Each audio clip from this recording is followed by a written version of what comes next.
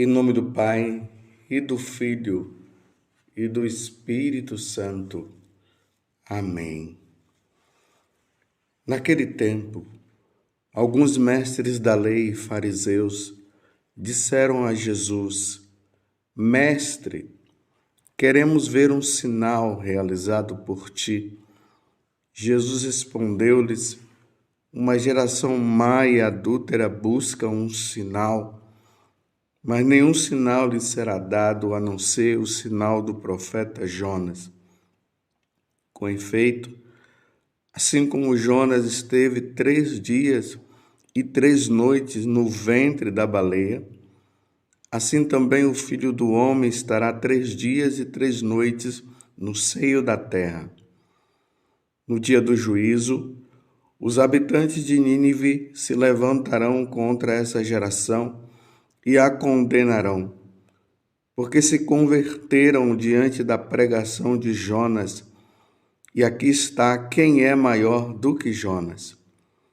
No dia do juízo, a rainha do sul se levantará contra essa geração e a condenará, porque veio dos confins da terra para ouvir a sabedoria de Salomão. E aqui está quem é maior do que Salomão.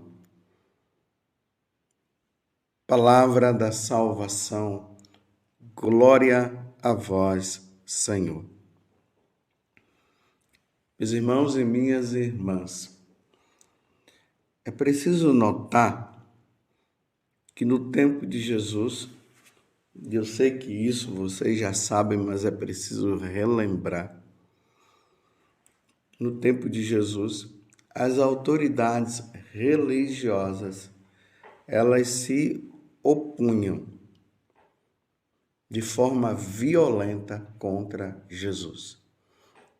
Eles não aceitavam Jesus como Deus. É importante você guardar o que eu estou dizendo agora. Eles não aceitavam Jesus como Deus. Por isso, eles estavam sempre procurando situações para pegar Jesus e prendê-lo. E a consequência disso era também matá-lo. Porque na visão dele, Jesus estava blasfemando. Porque ele, sendo um homem, ele se dizia ser Deus. E aqui nós estamos mais uma vez em uma situação onde os mestres da lei e os fariseus, eles vão em busca de Jesus e fazem ali um pedido. Queremos ver um sinal realizado por ti. Lembrando que nós estamos no capítulo 12, do versículo 38 até 42 do Evangelho de São Mateus. Eles queriam um sinal, dá a impressão que era uma coisa boa que eles estavam fazendo. Por exemplo, pode ser que eu e você, diante de Jesus, pedisse: Senhor, dá-me um sinal. Diante de uma situação que eu estou vivendo, me dê um sinal, me mostra. Muitas pessoas fazendo essa oração, elas tiveram sinais. Deus mostrou. Só que quando eu expresso para você agora, dizendo: Senhor, dai-me um sinal, não é que eu esteja com dúvida, não é que eu esteja querendo pegar Jesus em alguma situação, enfim, não é maldade, é uma confirmação diante de uma situação que se faz, ou que se tem, né? Estou diante de uma situação, o Senhor mostra um sinal. E quantas pessoas receberam, graças a Deus. Mas a intenção deles não era essa.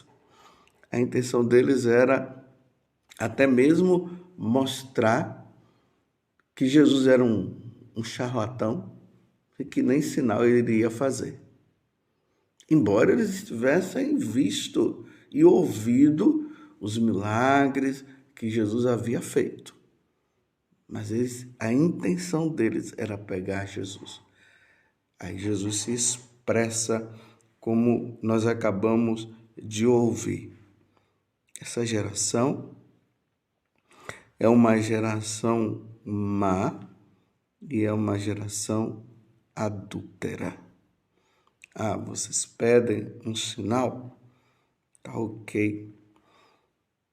Com efeito, assim como Jonas esteve 3 dias e 3 noites no ventre da baleia, assim também o Filho do Homem estará 3 dias e 3 noites no seio da terra. Ah, vocês querem um sinal?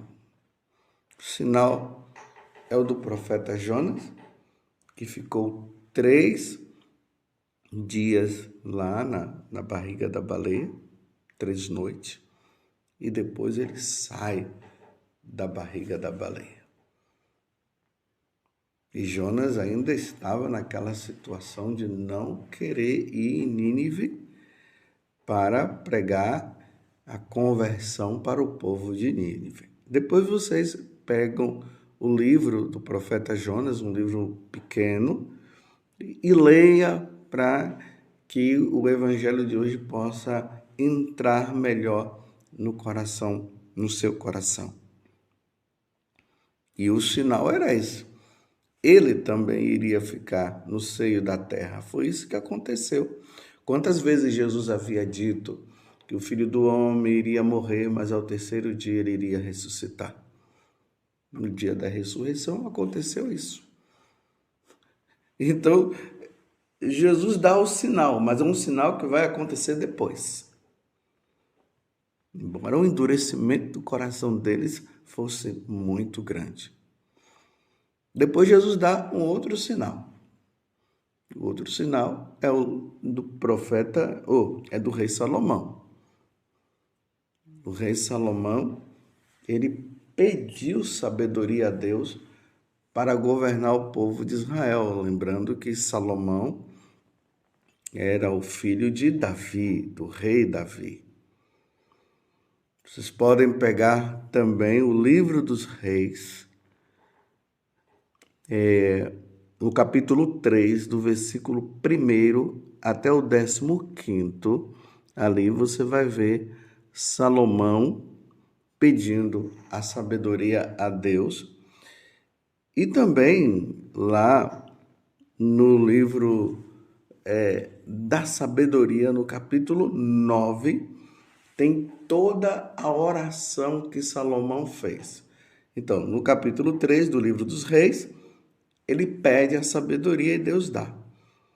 No livro da sabedoria, no capítulo 9, ali tem todo o conteúdo da oração. É muito bonita a oração que Salomão faz. Então agora Jesus está dizendo para eles. No tempo do rei Salomão, ele foi visitado por uma rainha, a rainha de Sabá. E a rainha de Sabá, sabendo de toda a sabedoria que Salomão tinha, ela foi constatar para ver. E chegando lá, ela viu que realmente Salomão era um homem sábio e ela reconheceu, porque ela era uma pagã, ela reconheceu que realmente o Deus de Israel era Deus. Houve uma conversão na rainha de Sabá. E ela deixa muitos presentes para Salomão e ela sai ali entusiasmada com o rei de Israel. Vocês podem ler também no primeiro livro dos reis, capítulo 10, do versículo 1 até o 13º. Ali está a visita da rainha de Sabá a Salomão. Então, Jesus é a suprema sabedoria. Salomão pede sabedoria a Deus. Deus dá, Jesus é Deus. Dentro do mistério da Santíssima Trindade, que nós nos deparamos um Deus em 3 pessoas, Jesus é a segunda pessoa da Santíssima Trindade. Jesus agora está dizendo para ele: eu sou a sabedoria. Quando Salomão pede a sabedoria, é a Jesus que ele pede. Jesus concede a sabedoria a ele. Mas Salomão não é a sabedoria. Quem é a sabedoria é Jesus Cristo. Jonas, ele sai ileso da barriga da baleia. Jesus sai ileso do seio da terra. Ele, sendo Deus, ele ressuscita. Então, se através do profeta Jonas ele sai da barriga da baleia ileso, se a rainha de Sabá pede, vai constatar a sabedoria de Salomão e ela sai convertida. E Jonas também, viu? Quando ele sai ali da barriga da baleia, ele agora não tem outra alternativa. Ele não queria ir para Nínive e ele acaba indo. E ali acontece o quê? O rei de Nínive, diante da pregação de Jonas, ele se converte, se penitencia, junto com todo o povo. A rainha de Sabá se converte. Então Jesus agora está dizendo assim: se com Jonas aconteceu isso, e com a rainha e com Salomão aconteceu também esta situação da conversão da rainha de Sabá, Jesus está dizendo: eu sou muito mais do que Salomão e sou muito mais do que Jonas. Porque Jesus é Deus. Você está entendendo, meus irmãos, o que Jesus está dizendo? É preciso, então, que nós nos convertamos. As pessoas que estão servindo a outros deuses, pessoas que estão vivendo na situação de pecado, diante de Jesus, é preciso haver mudança de vida. Nós não podemos viver e agir como se Deus não existisse ou se Jesus não fosse Deus. Jesus é Deus e Senhor e Ele convoca, Ele nos chama à conversão. A pregação de Jesus começou assim: convertei-vos e crede no Evangelho. Convertei-vos, mudai de vida e crede no Evangelho, crede na boa nova. Jesus é a boa nova. É preciso haver conversão, mudança de vida. E aí Jesus ele fala que no dia do juízo, aqui o versículo 42, no dia do juízo, a rainha do sul se levantará contra essa geração e a condenará porque veio dos confins da terra para ouvir a sabedoria de Salomão. E aqui está, quem é maior do que Salomão? Ela foi e se converteu. Então agora Jesus está dizendo, no dia do juízo, meus irmãos, é preciso entender isso, um dia acontecerá o julgamento, o meu julgamento, o seu julgamento. E Jesus está dizendo que a rainha do sul, ela se levantará contra essa geração que é má. Nós vivemos numa geração má e cruel, adúltera mesmo. E se formos comparar a nossa geração com as gerações anteriores, a nossa geração é pior do que as outras gerações. Como nós já vimos esses dias, Jesus fazendo a comparação com Sodoma e Gomorra, quando ele falou que diante de tantos milagres que ele havia feito, Cafarnaum, Betsaida e as outras cidades não haviam se convertido. E Jesus, mostrando a depravação da cidade de Sodoma e Gomorra, ele diz que a condenação de Sodoma e Gomorra ia ser menor do que a de Cafarnaum. Ou seja, em relação a nós nos tempos de hoje. As pessoas não querem saber de Deus, não querem saber de Jesus. E as que querem saber de Jesus, querem adaptar Jesus à vida deles, em vez de eles se adaptarem ao Senhor. É como se essa geração que nós estamos vivendo, ela quisesse que Jesus mudasse. Jesus é Deus, ele não muda.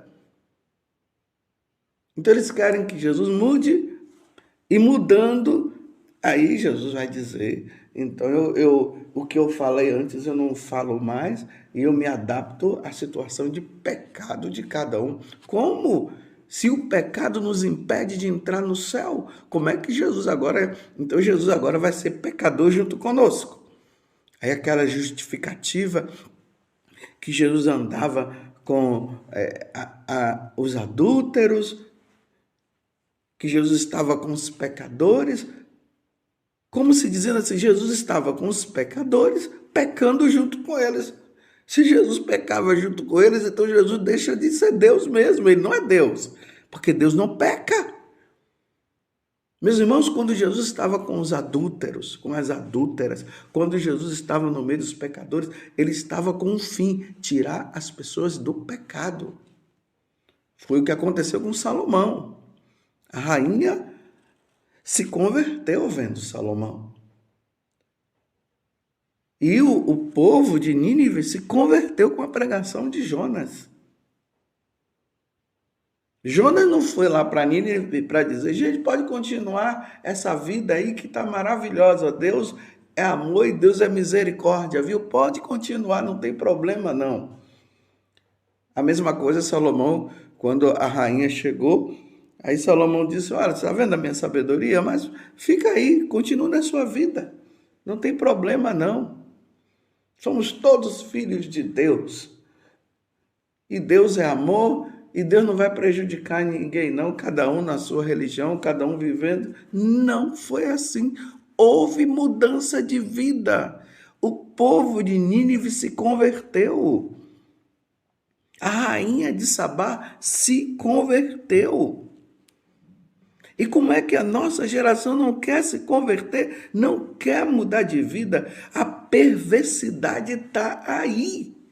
E cada vez mais o homem está se tornando perverso. E o pior é que quando isso acontece com os próprios católicos, os seguidores de Jesus Cristo não querem mudar de vida, porque já está vivendo uma vida de pagão e não quer mudar. Porque a pregação do Evangelho, a boa nova, é para os que não conhecem Jesus. É para todos, sim. Mas é principalmente para quem não conhece Jesus. Eles precisam mudar de vida e voltar-se para Jesus. Hoje, a geração ela é má, é cruel, ela é perversa. E essa perversidade está dentro da Igreja Católica. Nós vamos vendo cada vez mais os católicos se tornando pagãos, numa vida paganizada. Uma liturgia paganizada, os sacramentos sendo paganizados, porque o sacramento é um sinal de santidade para nós. Os sacramentos é para nós estarmos ali vendo a ação de Deus através dos sacramentos. O batismo que nos lava do pecado, Jesus presente na Eucaristia, a penitência que nos leva a estar diante de Jesus por meio do sacerdote, e ali nós vamos pedir perdão dos nossos pecados. As pessoas não querem mais se confessar, porque Deus é amor, então já perdoou os pecados na cruz. Isso é visão protestante. Sim, Jesus perdoou os nossos pecados na cruz, mas ele deu aos apóstolos o poder de perdoar os pecados. As pessoas não querem mais se confessar e pensam que vão ganhar o céu sem a confissão. E aí entra as questões matrimoniais, uma nova forma de família. Essa família que já não é mais a tradicional. A família, nós temos que olhar a Sagrada Família e nós vemos ali o que é família. Estava ali José, Nossa Senhora e Jesus. Então, hoje está uma confusão. É um monte de gente que está formando família aí. É homem com homem, mulher com mulher. E essa coisa toda.